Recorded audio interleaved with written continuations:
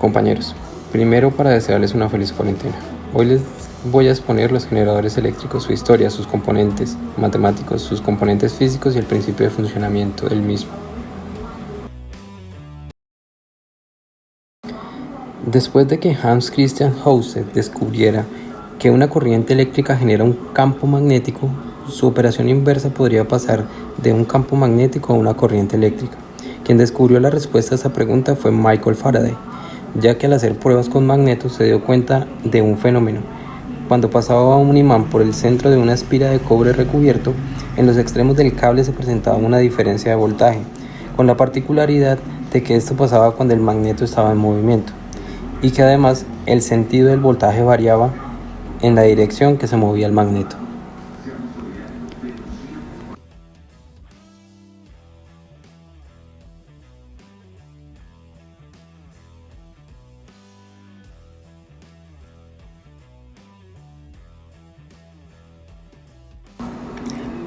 Michael Faraday terminó por definir la ley de inducción, la cual nos dice que la fuerza electromotriz generada es igual a la derivada del flujo del campo magnético con respecto al tiempo. Y simplificando este componente matemático, la fuerza electromotriz, simplificando su definición, es equivalente al voltaje que se va a generar dentro del circuito. El flujo del campo magnético se refiere a la dirección de la fuerza del campo magnético, y la derivada con respecto al tiempo se podría entender como una variación en el tiempo.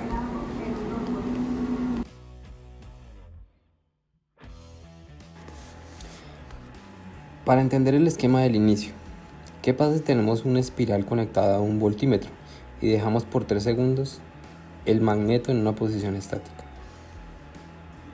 Nada, porque la fórmula nos refiere a una variación del campo magnético en el tiempo, y sin movimiento no hay variación. Y si lo hacemos de nuevo pero aproximando el imán a la espira, generando el movimiento por 3 segundos, y si lo retiramos hacia el otro lado formando un ciclo, ¿qué pasa si repetimos el ciclo? Se genera una corriente alterna.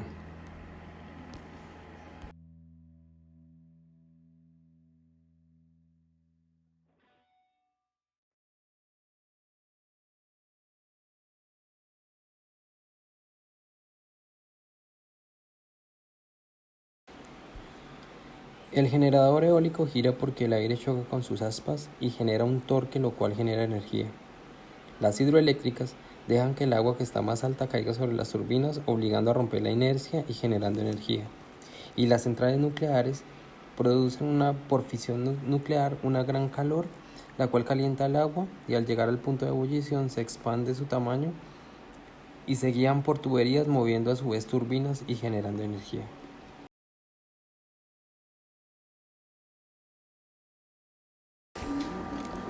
Como se genera la energía mediante este mismo principio, pero en vez de dar el movimiento al magneto, se deja estático y se mueve una gran rueda de cobre generando una corriente continua, si vemos es el material conductor el que se mueve, pero la ecuación se conserva igual y es el mismo principio.